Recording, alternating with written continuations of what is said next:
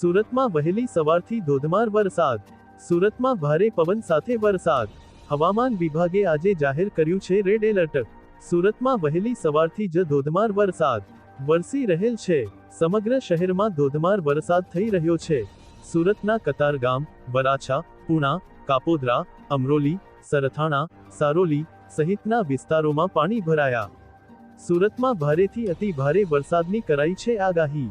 વહેલી સવારથી જ ગાજવીજ સાથે પડી રહ્યો છે વરસાદ. Bureau report Surat.